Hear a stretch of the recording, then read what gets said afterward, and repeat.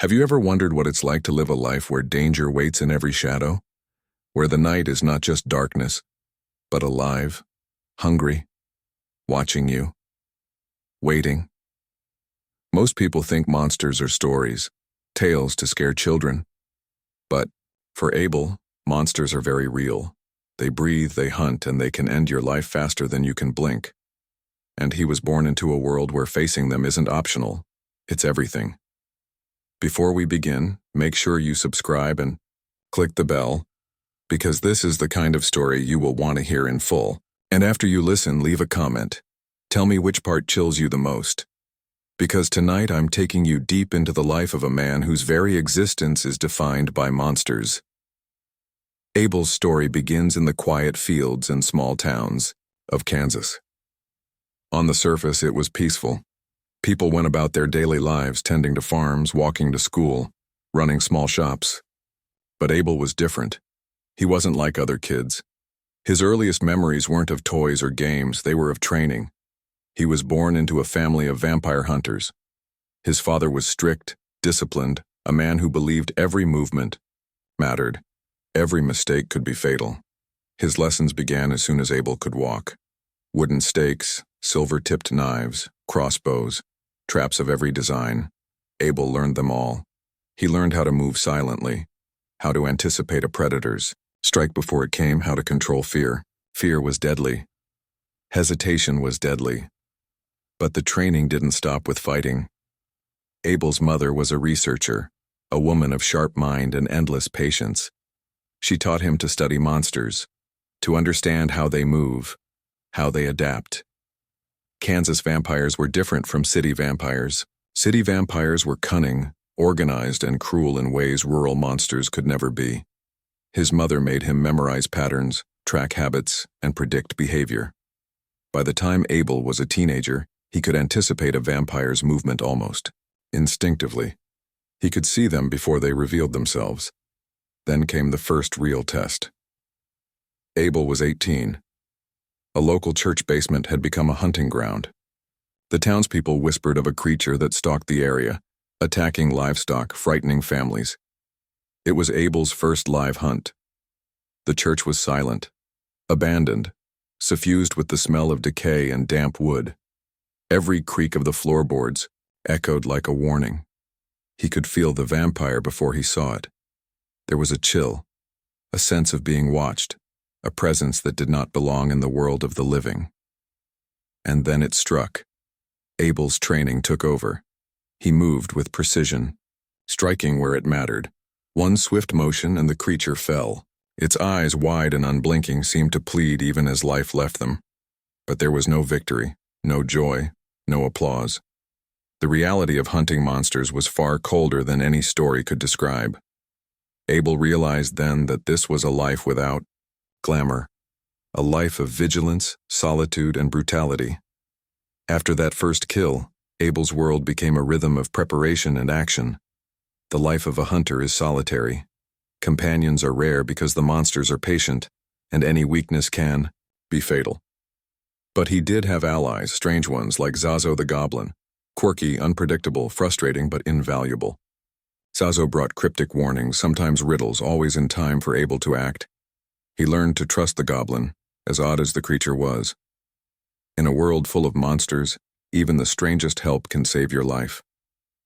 Years passed, and Abel's hunts became more complex.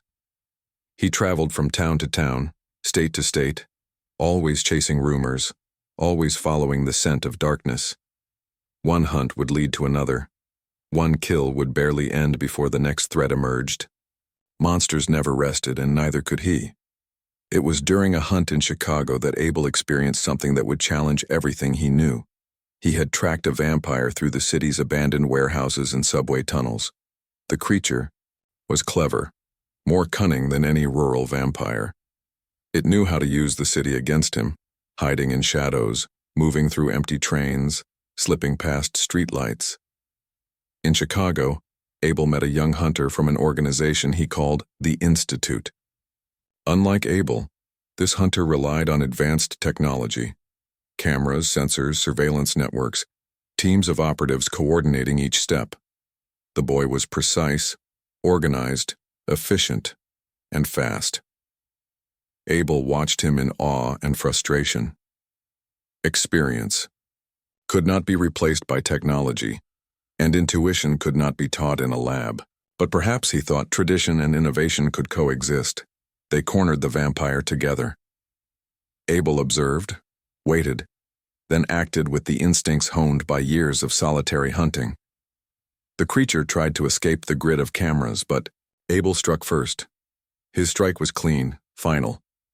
The Institute hunter looked at him, a mixture of shock and respect in his eyes. Abel knew that no matter the tools, the fight depended on the hunter, and the hunter alone. Through it all, Abel never lost sight of the most important lesson. Monsters evolve. They learn. They adapt. Kansas vampires are different from Chicago vampires, and each generation brings new horrors.